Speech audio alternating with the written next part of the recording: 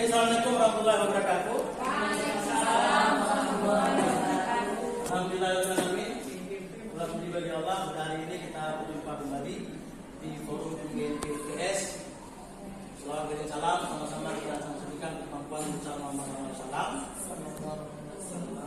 Dan perjuangan beliau hanya kita dapat merasakan nikmat menjadi guru. Bapak Ibu, pada hari ini saya ingin menyampaikan apa yang sudah saya dapatkan dalam perjalanan pendidikan di Guru Penggerak. Tapi pada hari ini saya menyampaikan satu hal yang paling penting, yaitu tentang keyakinan gelas. Ya, keyakinan gelas. Tapi nanti pembahasannya ada pada budaya positif.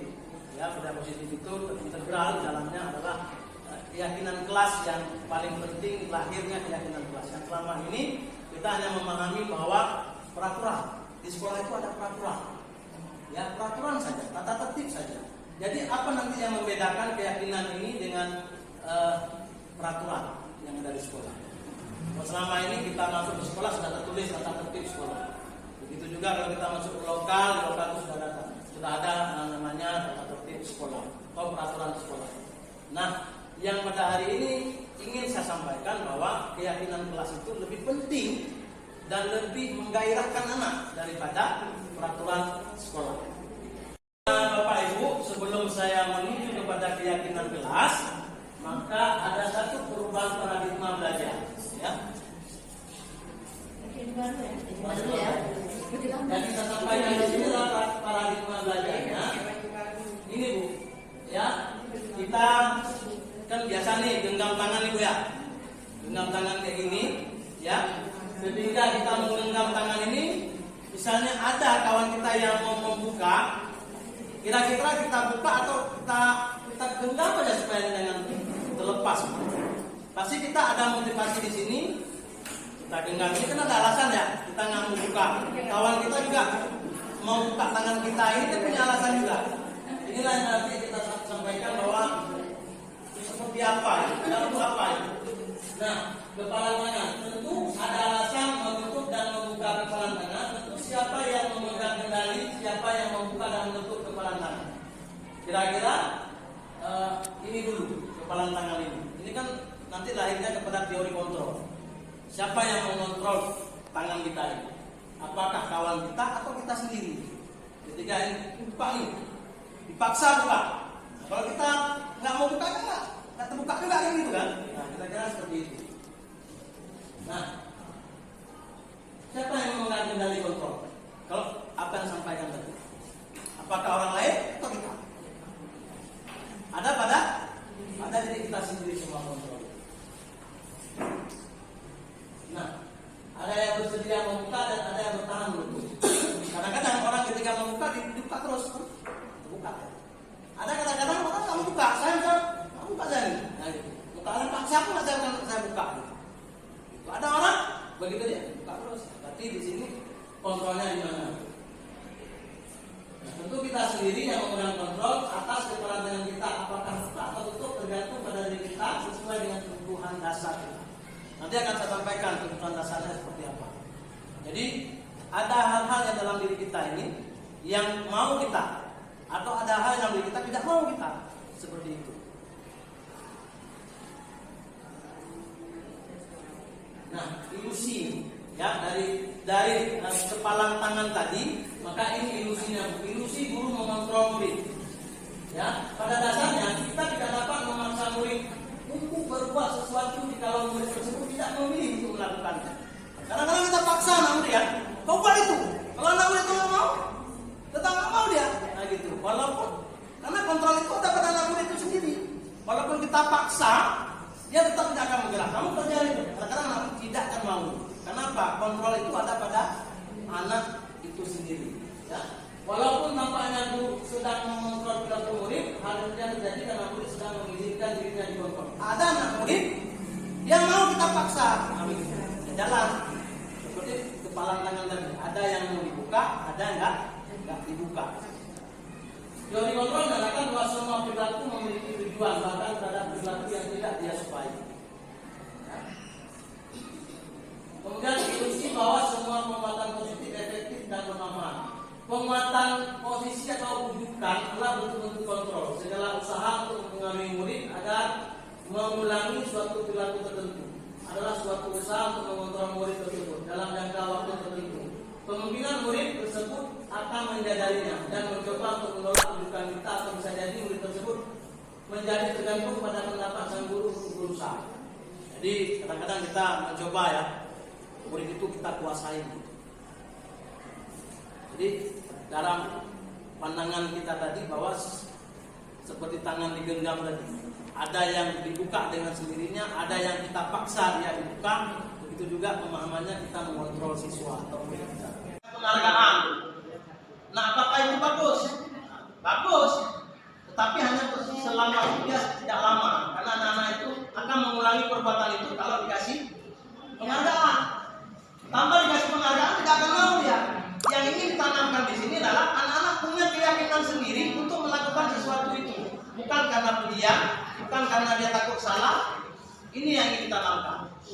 Jadi kita berperan sebagai guru. Selama ini kalau kita sudah kasih penghargaan, anak bergerak, itu sudah sangat ini ya. Padahal anak itu akan mau mengulangi perbuatan itu kalau dikasih penghargaan lagi. Jadi itu berlangsung tidak lama. Ini makna kata disiplin. Kita mendengar kata disiplin akan berjalan di benak kita. Apa yang terlintas pikiran kita. Kebanyakan orang akan menghubungkan kata disiplin dengan tata tertib, teratur dan kepatuhan pada peraturan. Kata disiplin juga sering dihubungkan dengan hukuman. Padahal itu sungguh berbeda. Karena belajar tentang disiplin positif tidak harus dengan memberi hukuman. Justru itulah salah satu alternatif bila kita perlu. Tapi lebih baik jangan digunakan. Kita hari ini di sekolah senang tidak senang, suka tidak suka. Kalau sudah mau hukum anak, itu sudah mendisiplinkan anak. Betul tidak? Iya. Ini ya, kamu teman terlambat ya. Kamu tidak disiplin, ayo pakai tampak. Seolah-olah ini yang sudah sering kita lakukan. Kan begitu kan? Maka mendisiplinkan anak tidak harus seperti itu. Ya. Dalam budaya kita, makna kata disiplin dimaknai menjadi sesuatu yang dilakukan seseorang pada orang lain untuk mendapatkan kepatuhan. Kita cenderung menghubungkan kata disiplin dengan ketidaknyamanan. Maknanya apa, Bu? Begitu anak-anak tidak melakukan sesuatu yang sudah teratur, maka kita akan berikan dia sanksi, hukuman. Karena kita bisa nyaman. Nah, ini yang sudah sering ya, baik saya sendiri melakukan itu. Dengan pendidikan yang saya jalani ini di guru penggerak, kalau kita menemukan hal baru bahwa seperti itu tidak bagus. Ya.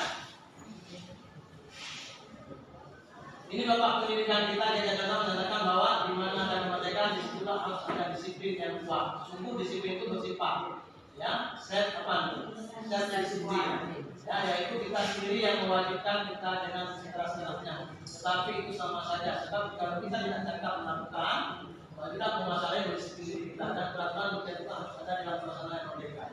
Maknanya ini kembali dari kita, dari anak itu sendiri yang harus membudayakan kedisiplinan dari internalnya sendiri.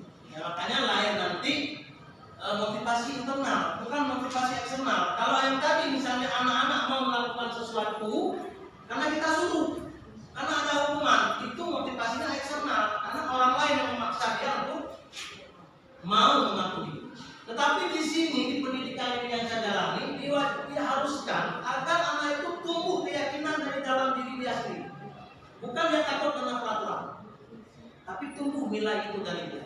Inilah peran kita bagaimana menanamkan kepada anak kepada nilai-nilai universal tadi, saling menghargai, saling rasa tanggung jawab, malu dia, itu kan nilai universal. Ini juga ada yang menyatakan bahwa arti dari kata disiplin berasal dari bahasa Latin, disiplin, ya, yang artinya belajar. Juga berasal dari kata-kata yang sama. Itu menjadi seorang murid atau pengikut, seorang harus paham betul alasan mengapa mereka mengikuti suatu aliran atau ajaran tertentu. Sehingga motivasi yang tertolong adalah motivasi intrinsik bukan ekstrinsik. Kita dituntut untuk menumbuhkan motivasi intrinsik dari anak. Anak itu paham betul dengan apa yang mau dikerjakan. Sudah.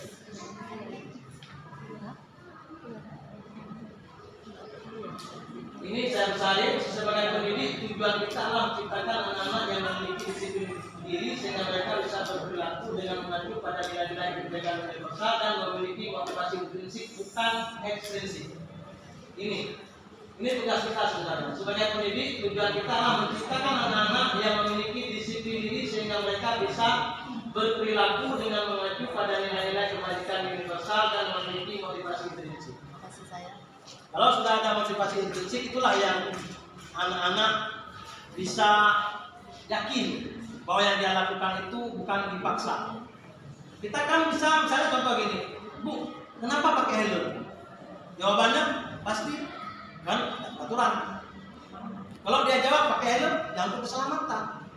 Kalau dia yakin bahwa dia nggak pakai helm, kecelakaan, jatuh dia dengan helm itu selamat, berarti kan ada keyakinan bahwa dalam diri dia itu kan pakai helm bukan takut dengan peraturan, tapi karena untuk keselamatan kita. Kenapa nggak merokok? Karena merokok itu, kalau keyakinan itu bisa menjadi ganggu kesehatan. Kalau kita tanya, nah kenapa kamu melanggar tata tertib sekolah? Kalau dia punya keyakinan diri, saya harus mematuhi karena kalau keyakinan peraturan sekolah itu memang harus saya patuhi untuk saya bisa menjadi anak yang disiplin. Tapi kalau peraturan sekolah karena memang harus saya ikutin gitu, itu enggak tunggu motivasi intrinsik ya. Karena selama ini peraturan sekolah itu tidak melibatkan siswa dalam membentuknya. Pernah nggak peraturan sekolah terlibat anak-anak? Yuk kita buat peraturan sekolah, anak-anak ikut nimbrung dengan kita, kasih masukan, Bu ini nggak ada itu. Selama ini peraturan sekolah itu sudah ada di sekolah dan anak tinggal menjalani apa yang menjadi kesepakatan peraturan sekolah itu. Itu yang terjadi.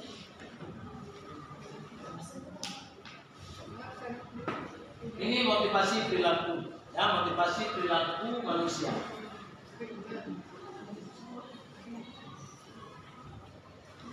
Mari kita tanyakan diri kita sendiri bagaimana kita berperilaku, mengapa kita melakukan sesuatu, apa yang kita lakukan karena ada dorongan dari lingkungan, dorongan yang lain.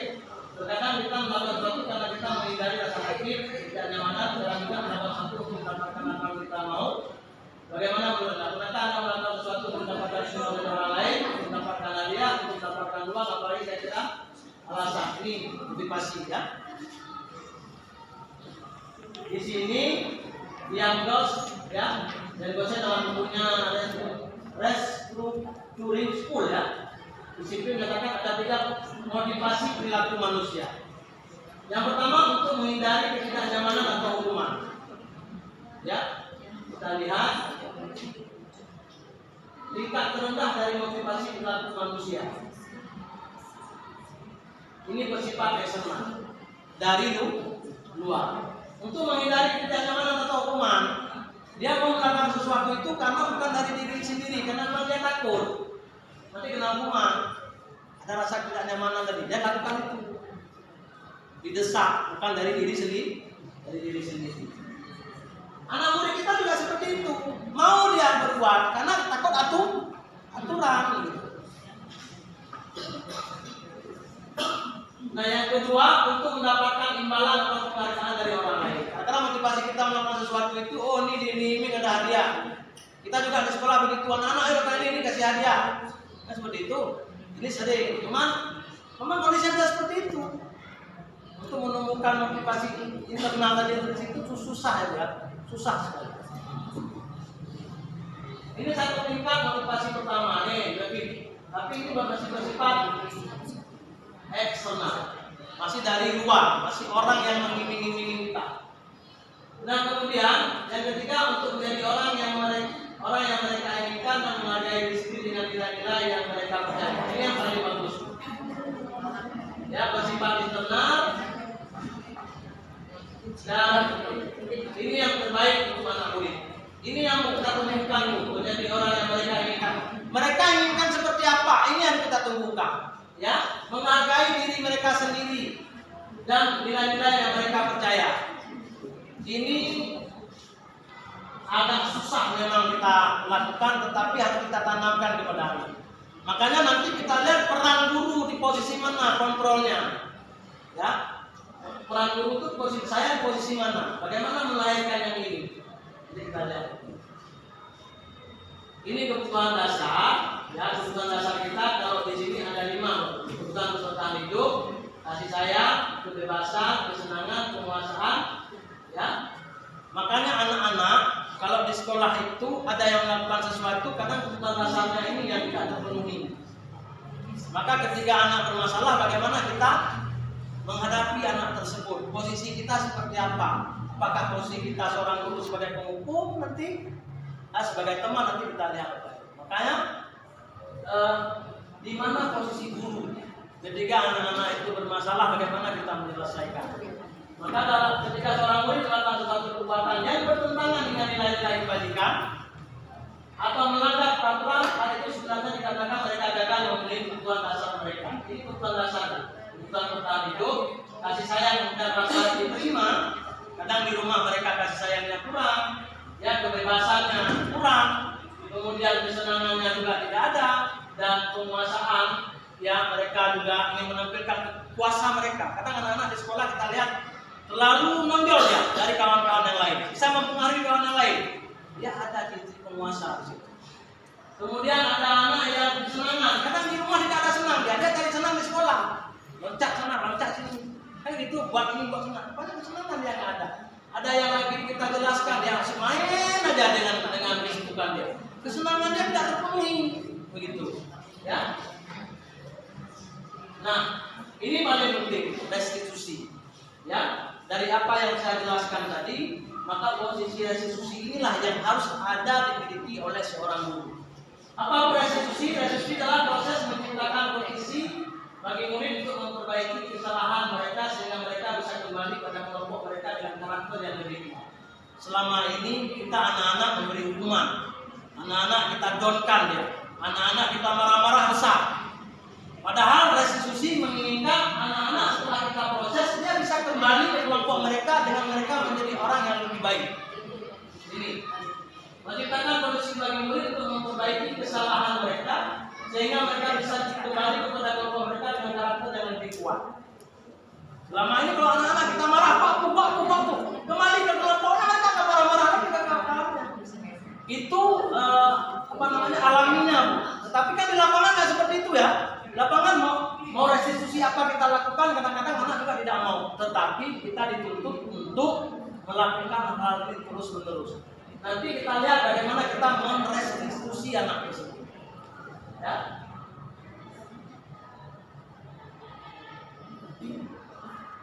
Nah, apakah belajar efektif? Apakah berpusat kemerdekaan memandikan murid bagaimana mengapa? Melalui serangkaian riset dan berdasarkan teori kontrol, Dr. William, proses berkesimpulan ada 5 posisi kontrol yang terdapat seorang guru, orang tua, atasan. Jadi kita sebagai guru ada 5 posisi kontrol. Posisi kontrol pertama penghukum.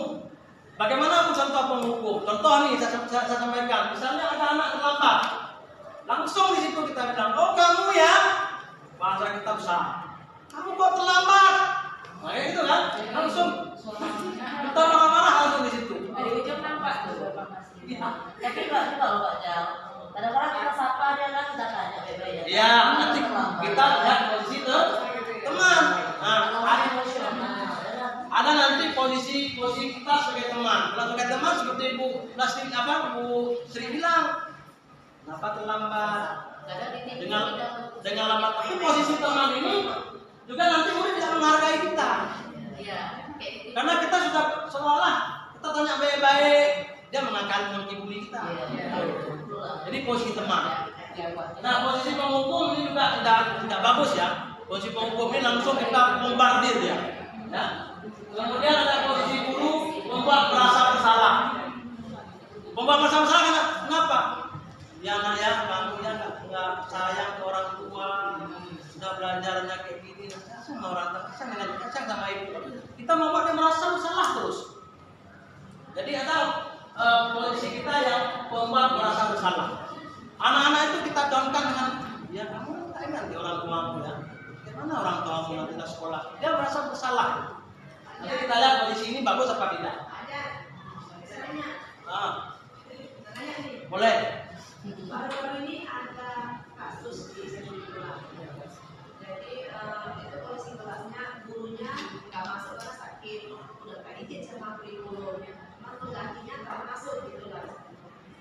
Jadi tadi termasuk anak-anak itu adalah main HP, ada yang main kayak udah lompat itu. Jadi lanjutnya. Apa namanya ya? Jadi yang ya jadi nundanya ini tiba-tiba sesak gitu, kan? Di apa namanya? Di lompatnya sama awalnya banyak di atas, jadi sesak yang jaga gitu istilahnya. Pas kebetulan ada guru lain yang lewat masuk ke kelas yang lain, lewat di depan kelas itu, tengok anak sesak masuk dilus-lus, dan busuk-busuk. Udah jangan ini bubar gitu. Jadi ada ini 2 orang anak siswa di pojok main HP. Guru yang masuk tadi yang suruh bubar bilang, itu main HP, sini HP-nya, ditarik HP-nya dia. Pada saat HP ditarik, anak itu bilang, anjing loh, gitu. Nah, jadi itu kayak mana posisi kita sebagai guru? Ada marah-marah nih. Ya. Gurunya nggak marah, nggak Ya, marah. inilah pas kali ada pertanyaan seperti itu. Jadi memang di sekolah kita selama ini kita dengan anak ini, apalagi seorang wali kelas nih, tidak pernah kita membuat kesepakatan dengan anak kita. Tidak pernah kita membuat kesepakatan kalau bahasa lain itulah keyakinan kelas, Bu. Ya, keyakinan kelas itu adalah keyakinan yang timbul dari anak itu sendiri. Mereka mau seperti apa sih kelas ini? Karena kita kan punya mimpi nih, kelas kita mau seperti apa? Kalian menjadi seperti apa? Itu kan yang biasa kita sampaikan. Kan selama ini mungkin wali kelas tidak pernah mengatakan itu kepada anak. Inilah yang mau kita lahirkan. Nah, ketika ada anak seperti itu, peran kita seperti apa, Pak Buya? Peran kita seperti apa? Apakah nanti akan kita hukum, teman, membuat masalah, memantau? Nanti Ibu akan Ibu dapat di sini nanti. Ya, ada yang peran sebagai manajer. Kalau peran sebagai manajer ini akan menanyakan kepada anak, kamu maunya seperti apa sih, Nak? Yang kamu lakukan itu sudah bagus apa belum? Kita bimbing terus nih anak-anak seperti ini. Nah, ini Bu, 5 posisi kontrol restitusi.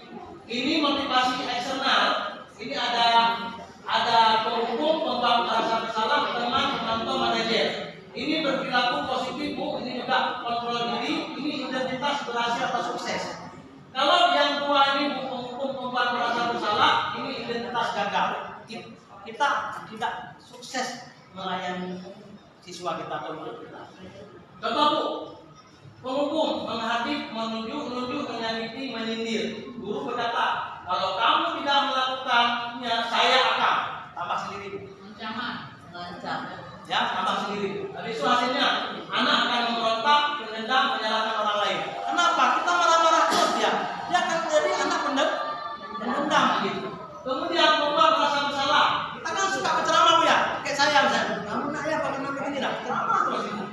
Menunjuk dia, menunjukkan kekecewaan mendalam. Kamu yang nak, gak bantu bapak, akhirnya bapak nanti dimarahin sama kepala sekolah kan gitu kan? Kita ngajak dia sebagai teman gitu. Nah, kamu sudah mengecewakan bapak ibu karena kamu tidak melakukan ini, tidak membuat tugas, kamu sudah kecewakan ibu, kamu juga mempermalukan. Nah, itulah bahasanya.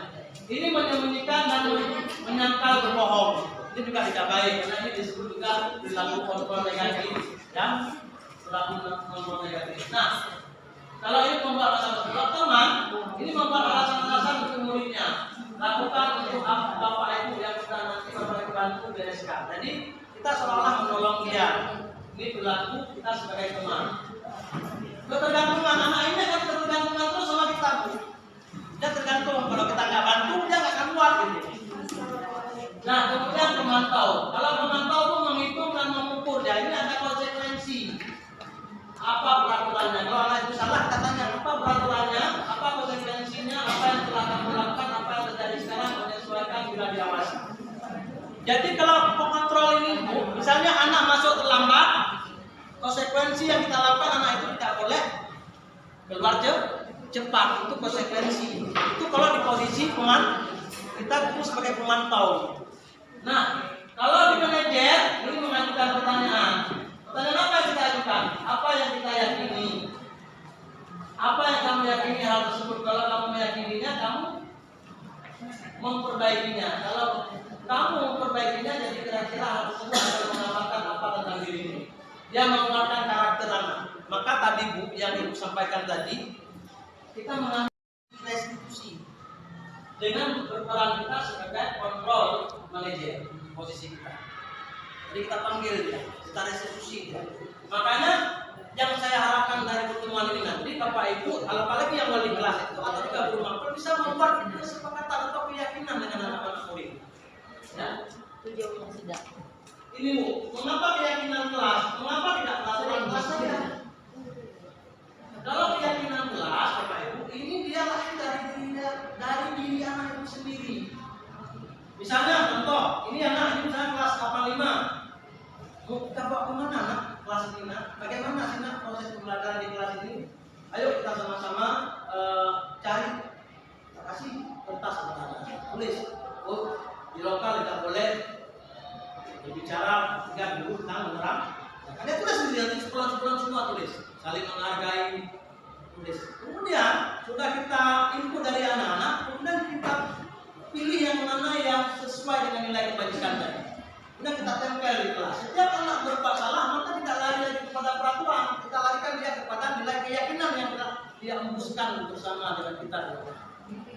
Itu yang mau dilarikan ke situ. Kamu kenapa Pak salah? Ingat keyakinan kelas yang telah kita sepakati. Ke situ larinya. Kalau keyakinan kelas tidak kamu jalani, kamu jadi seperti apa? Maka tadi restitusi itu mengembalikan dia kepada kelompoknya dengan lebih kuat setelah kita restitusi. Makanya peran kita tadi Bu harus mengambil peran ini Bu, peran manajer ini.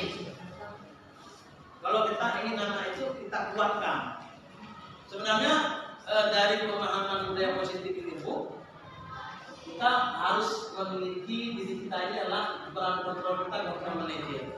Dan kita setiap anak yang sedang melakukan kesalahan, maka kita lakukan restitusi. Nah, tapi ini harus ada dulu di dalam kelas keyakinan yang kita buat ini. Jadi lebih-lebih balik kelas sangat berperan membuat keyakinan kelas bersama siswa. Buatlah sebanyak mungkin Bapak. Pak, ini Pak. Boleh. Selama ini saya sudah membuat beberapa tahun itu berapa sih materi ini, tapi saya membuat MOU. Iya. Dan kesepakatan dengan siswa itu semua kelas yang saya masuki, jadi tidak hanya wali kelas. Nah, saat saya tanya, anak-anak itu kadang-kadang masih bingung, ya kan? Jadi apa ya? Nah, belum paham. Terus akhirnya saya tulis lah, di papan tulis, kemudian dicatat sama anak-anak. Nah, ini peraturan misalnya yang pertama untuk belajar. Seberapa konsekuensi telatnya, kalau di kelas bagaimana. Nah, walaupun nanti kita kasih pilihan. Nah, kalau di kelas ribut hukumannya apa, maunya apa. Nah, ada dicatat, Bu, kami mau ini nih. Ya, terus kami nggak ditulis sih, cuma tanya jawab aja. Kemudian kami catat di papan tulis. Nah, setelah semua terus rewardnya, kalau rewardnya saya yang ini kalau yang aktif saya kasih reward yang ini. Nah, kemudian dicatat sama semua siswa. Terus harus ditandatangani guru, orang tua dan siswanya. Nah, kemudian ada lagi kontrak belajarnya. Kontrak belajarnya, nah kalian kalau bisa mencapai itu materi ini, kalian bisa mencapai nilai berapa ya rata-rata? Pokoknya yang tinggi-tinggi itu kan doa. Nah, selama ini yang saya lakukan seperti itu. Tapi belum sampai ke yang tadi saya baru dapat manajer kelas. Nah, itu bagaimana? Apakah itu termasuk peraturan atau sedikit sudah masuk ke yang tinggal? Ya, yang Ibu Rana sampaikan itu kalau dari apa yang Ibu sampaikan itu sudah masuk gitu. Cuman kan pemahamannya kan dari bahasa saja, keyakinan kelas. Ya, kalau dengan keyakinan kelas inilah yang kita munculkan motivasi internal mereka. Apa yang mereka sudah sepakati dengan kita, ketika mereka membuat kesalahan kita kembalikan ke situ. Kembalikan ke situ. Tapi kalau bisa anak-anak itu jangan diiming-iming dengan reward. Kalau reward itu dia hanya berstandar sementara atau dia akan mengulangi perbuatannya. Rewardnya nggak kasih tahu. Kalau nggak dikasih, iya boleh. Cuma nilai. Karena kita kan ini siapa yang cepat ya atau yang ini yang ada penghargaan ya. Penghargaan itu bagus Bu. Tadi penghargaan itu bagus Bu di sini. Tidak ada masalah. Ada di posisi perilaku penonton orang ini bagus di sini, tidak ada masalah. Cuman itu tidak berlangsung lama dia. Anak itu akan mau ketika kita langsung mengasih penghargaan lagi itu. Ini makanya kalau penghargaan itu kalau bisa semaksimal mungkin dihindarkan karena nanti kan ada motivasi. Saya mau melakukan itu sering kasih ini. Nah gitu, motivasi itu tumbuh karena memang ada penghargaan motivasi itu. Karena motivasi tadi kan udah berapa? Tadi kan kalau masih bulan.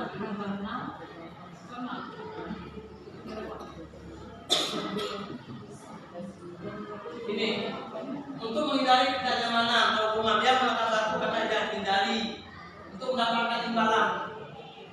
Ya, ini masih sifat eksternal.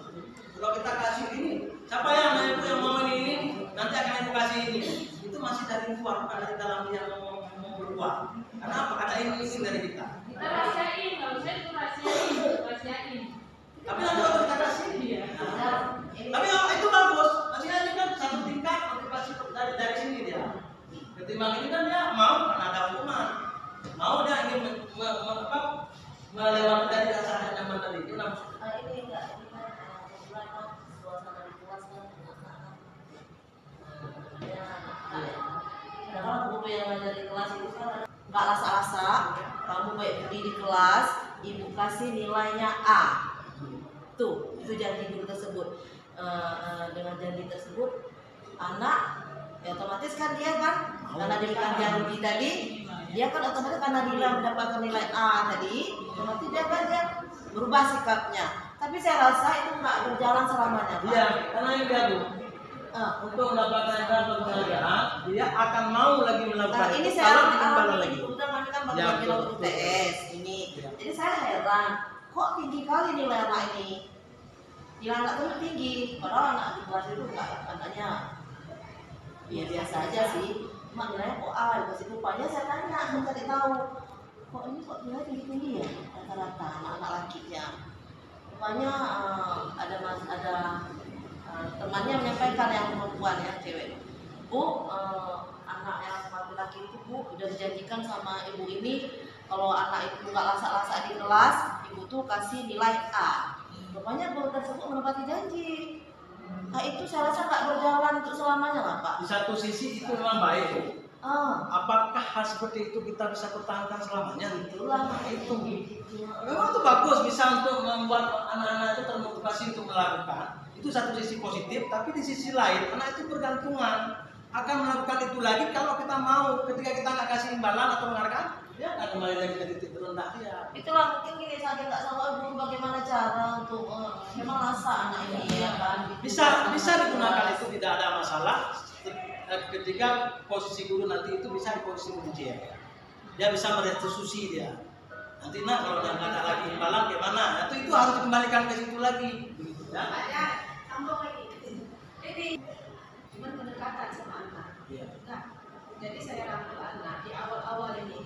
Saya kebetulan semester ini saya wali kelas 3, gitu kan. Jadi saya di awal-awal saya rangkul anak di kelas 3. Saya rangkul anak pendekatan sampai saya undang ke rumah, kita bertemu makan-makan lah di rumah, rujak-rujak, itulah pendekatannya. Kemudian kadang-kadang dan kosong anak-anak yang mantap itu luar biasa itu saya ajak makan keluar. Saya izinkan sama guru kelasnya masuk, yang masih di kelas itu, Bu izin ya saya bawa ini sebentar keluar. Ada perlu saya sampaikan, saya bawa makan lontong atau apa gitu. Rupanya istilahnya gini, di benak anak ini saya tuh wali kelas yang baik. Untuk anak enak kali ya wali kelas kita, alhamdulillah semua kami baik, kami begini royal dan sebagainya. Nah, saking baiknya saya di kepala mereka itu, pada saat saya masuk di kelas itu mengajar, nah ini saya lagi nulis tempat tulis. Anak-anak terkesan manja ke saya, ya, terkesan manja. Ini koknya baik, nggak marah. Kalau kita salah, kasarnya dinegurnya dengan bahasa yang baik lah gitu, dengan nggak kasar-kasar. Jadi anak-anak manja nih Kak Jar. Saya nulis di tempat tulis, satu persatu anak-anak itu ada yang ngantuk, cabut pelan-pelan ke belakang, tidur berbaris di belakang. Di sini ada orang masuk berbaris di sini, yang laki-laki. Ada 6 orang sampai ada. Saya kan masih nulis di depan tulis. Begitu lihat anak balik, anak-anak hilang. Itu benar. Padahal itu ada pendekatan. Karena ini posisi itu kan sebagai penang juga. bergantungan dengan itu. Lakukan Bapak Ibu yang sudah Bapak Ibu bantu bereskan. Karena kan pendekatan kalau saya tadi pendekatan yang ibu anak lakukan itu pendekatan sebagai teman. Jadi anak itu akan bergantung dengan itu. Ya, akan bergantung membuat alasan-alasan untuk muridnya. Jadi menghadapi manusia jadi Ya, kondisi itu dari teman ini bisa berubah ke manajer. Ini yang kita inginkan kan kondisi kita itu kan bisa berubah, menghukum, membawa masalah bersalah, berteman, memantau, ke manajer. Karena yang paling terbaik manajer itu bisa mengeluarkan watak karakter inilah posisi kita bagaimana merestitusi dia. Ketika sudah seperti itu, maka kan ini kita sudah keyakinan kelas ini kan sekali bersama. Peraturan kelas sudah ada, murid tinggal menjalaninya aja, dibuat sepihak, murid tinggal menjalaninya aja. Selama ini kan seperti itu. Tempel dah, ini nanya ikut peraturan kelas ini ya, ikut peraturan sekolah ini kan seperti itu. Bukan kita menafikan bahwa peraturan sekolah itu tidak bagus-bagus. Cuma kalau kita menambah sendiri seperti ini kan lebih bagus lagi. Keyakinan kelas ini kan kita ambil juga dari peraturan ke peraturan sekolah begitu. Nah, posisi ini tadi nanti ya. Seseorang akan lebih bergerak dan bersemangat untuk menjalankan keyakinannya daripada hanya sekedar mengikuti serangkaian peraturan tertulis tanpa makna. Kadang-kadang kita tempel besar peraturan sekolah. Murid hanya membaca saja. Karena dia tidak terlibat, seolah-olah dia tidak merasa ada di situ. Besoknya saya akan dihukum dengan peraturan. Itu yang ada di kepala. Murid-murid pun demikian, mereka perlu mendengarkan dan memahami arti sesungguhnya tentang peraturan-peraturan yang diberikan. Apabila nilai-nilai kebaikan di balik peraturan tersebut, apa tujuan utamanya? Dan tidak tertarik untuk takut hanya sekedar mengikuti serangkaian peraturan-peraturan yang sudah biasa tanpa memahami kegiatan yang mulia. Sama seperti saya sampaikan tadi. Nah, kenapa kita harus pakai helm? Ada yang jawab, helm memang nanti takut ada polisi. Takut dia dengan polisi. Padahal kalau dia yakin bahwa dia dengan pakai helm dia selamat dengan polisi, dia selamat dengan kecelakaan gitu. Kalau dia jatuh ada helm mungkin agak sedikit terbantu. Boleh. sebagai muslim dari itu kan ada sikap yang harus kita lakukan sebagai seorang sampaikan dulu sama boleh. Kayaknya orangnya gimana di situ ya. Ini Bu, anak yang berbuat salah tadi. Seperti yang dikatakan Bu Ana, bagaimana Pak Mas anak ini gini tadi kan? Jadi anak itu harus kita restitusikan. Yang pertama, segitiga restitusi itu menstabilkan identitas.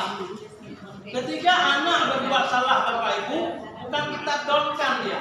Kalau di posisi segitiga restitusi itu, yang pertama sekali itu kita setiap orang pasti pernah melakukan kesalahan. Kita bertanya kepada anak itu, kita mendampingi begitu. Kemudian kamu bukan satu-satu hal yang pernah melakukan ini. Jadi kita stabilkan dulu. Kemudian kita validasi tindakan yang salah. Adakah cara lebih efektif untuk mendapatkan apa yang kamu butuhkan? Kemudian kamu tentu punya alasan kenapa melakukan itu. Kemudian kita tanyakan ini Bu, keyakinan kelas apa yang telah kita sepakati. Kamu ingin menjadi orang seperti apa? Ini segitiga restitusi ini. Bapak Ibu ada bakir Kita dalam restitusi anak. Seperti yang anak banyak, bukan hanya Bu Ana dan semua alami di apa aja di sini ya melawan, di dekat melakukan kesalahan. Jadi pada saat ini seperti apa? Apakah kita kenapa kamu buat salah? Tapi kita pelan-pelan kita masuk ke mereka itu mengapa kamu melakukan kesalahan itu. Tentu kamu punya alasan. Ya kemudian kita validasi apa cara yang efektif untuk melakukan apa yang kamu butuhkan. Kadang seperti katakan tadi, kadang anak mereka punya kesenangan di situ, melakukan kesenangan. Kita masuk dulu ke situ. Setelah itu baru kita ada keyakinan kelas. Kita menanyakan keyakinan. Ada nggak? Apa yang kamu lakukan itu sudah sesuai nggak dengan keyakinan kelas kita? Misalnya dia melawan guru, cabut, sudah sesuai nggak? Cuma ingat anak itu apa yang sudah kita lakukan. Kemudian kamu dengan melakukan itu menjadi orang seperti apa ke depan? Karena sebenarnya ini sudah pernah kita lakukan, cuma tahapannya aja kita yang kadang mungkin duluan menanyakan kelas, atau duluan kita validasi tindakan, atau duluan menstabilkan identitas. Sebenarnya ini sudah pernah kita lakukan, cuma kita tidak beraturan, tidak langsung dari sini, karena langsung di sini. Nah, yang melakukan itu salah. Nanti kamu tidak akan juara berhasil. Nah, itu sebenarnya langkah yang ketiga. Tadi dari awal itu katanya dari menstabilkan dulu. Misalnya kan, saya buat salah, saya siswa nih, saya cabut nih. Kita nggak tanyakan ini. Kamu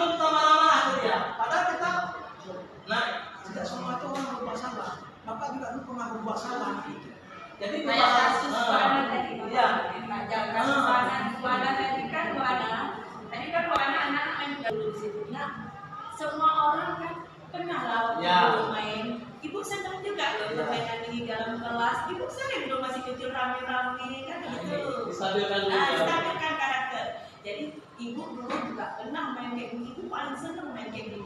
Tapi, nah, apakah cocok permainan ini dimainkan di dalam kelas?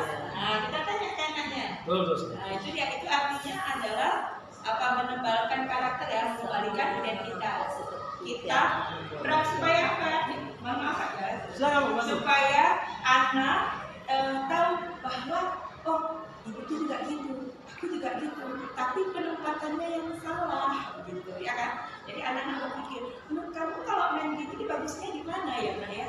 Oh, di lapangan. Berarti kalau di kelas gimana? Nggak boleh, kan gitu. Nah, itu artinya mengembalikan karakter ataupun menebalkan karakter anak bahwa itu memang semua orang bisa saja. Misalnya anak marah, terus dia kumpul kawannya, emosi. Misalnya dia lagi main, terus ketarik, terus copot tahapannya, ininya, gelangnya, kan anak-anak terus mukul kan? Nah, itu kembalikan. Kalau semua orang tuh marah itu pernah, ibu juga sering marah loh, ya gitu kan. Tapi kalau sikap kita melepaskan kemarahan itu dengan itu benar apa? Itu dia satu. Yang kedua validasi. Validasi itu apa? Kita validasi. Kita menanyakan kepada anak. Nah, kalau tadi kamu bilang ini permainan dan boleh di dalam kelas, kira-kira kamu ada ide apa enggak ya untuk menyelesaikan masalah? Ini kawan kamu udah sesak nafasnya. Atau ini kancing kawan wajib bunyi udah copot, udah lama udah copot. Kira-kira apa ya ide kamu kalau kamu yang melakukan apa? Katanya, jadi restitusinya penyelesaiannya bukan dari kita, tetapi dari siswanya. Nah, itu dia. Ya, melatih anak bertanggung jawab dengan apa yang panjang kita membaca. Ini kan saya sudah rangkum semua supaya kita dapatlah sedikit informasi tentang ini, bahwa yang selama ini kita di posisi mana dulu? Apakah di posisi guru kita menghukum, membuat merasa bersalah, teman, kontrol, atau di posisi manajer? Kalau saya masih di sekitar. Iya, kalau saya mungkin lebih banyak di teman dan pembuat merasa bersalah. Maka lebih di penghukum menurut saya dia. Kita belum di level manajer. Kalau di level manajer kita sudah seperti ini melakukan. Walaupun nggak mungkin kita nggak pernah jadi manajer, tapi jangan. Tapi itu yang kita lakukan itu ya, karena sedikit kali sesi ini kita lakukan secara berurut. Karena luar kita ini, gitu ya, Bapak Ibu ya. Mungkin Bapak Ibu restitusi membantu murid menjadi lebih memiliki tujuan positif ya. Pemberian diri setelah berbuat salah, bagaimana bagaimana bergantung menyenangkan orang lain atau menghindari ketidaknyamanan, namun juga adalah menjadi orang yang menghargai nilai-nilai kebajikan yang mereka percayai, bahwa pada dasarnya kita memiliki motivasi intrinsik. Itu saja. Nilai kebajikan universal itu banyak sekali Bapak Ibu. Itu yang harus kita tanamkan kepada anak sehingga dia temu nilai motivasi intrinsik. Mungkin di bawah ini masih beri restitusi ya. Ini bisa kita lihat. Tapi dari semua yang saya sampaikan tadi Bapak Ibu, bisalah Bapak Ibu membuat satu keyakinan kelas. Kalau Ibu sebagai wali kelas, itu tolonglah Ibu sepakati itu. Kedua, kesimpulan kita adalah gunakan posisi kita itu di level manajer. Dan ketika kita menyelesaikan masalah dengan anak, gunakanlah segitiga restitusi tadi. Stabilkan duluan, validasi dia, kemudian buat dia keyakinan yang mereka lakukan ya, segitiga ini menanyakan keyakinan. Kalau keyakinan ini tidak pernah kita buat, bagaimana kita tanyakan keyakinan itu? Tidak pernah kita samakan persepsi dengan anak ya. Mungkin kemudian Burana, ini aja sepintas yang bisa saya gambarkan tentang bagaimana melahirkan sebuah budaya positif di sekolah. Kalau di kelas sudah berpositif, tentu lingkungan akan positif, tentu lingkungan sekolah kita juga akan menjadi sangat nyaman dan nyaman. Kenapa? Ki Hajar Dewantara ya. Ki Hajar Dewantara filosofinya adalah ajarkan anak itu sesuai kodratnya. anak itu sudah punya kodrat alam dan kodrat zaman. Jadi kita bukan untuk mendidik mereka itu seperti apa, tapi kita melakukan pengembangan. Anak itu sudah memiliki kodratnya, kembangkan kodrat itu. Bukan ini ya, menuntun dia. Jadi tuntunlah dia. Makanya kalau kata Ki Hajar Dewantara, guru itu sama seperti petani. Kalau yang disemai padi, maka padi itu harus diolah tanahnya, bukan padinya yang diurus. Tanahnya, kemudian dijaga padi itu dari serangan hama. Ada usaha seperti itu. Guru juga seperti itu. Anak sudah ada di sekolah, sudah ada bakatnya, sudah ada kodrat. Kita kembangkan kodrat itu. Bukan kita ganti anak ini. Aku nggak mau anak ini batalkan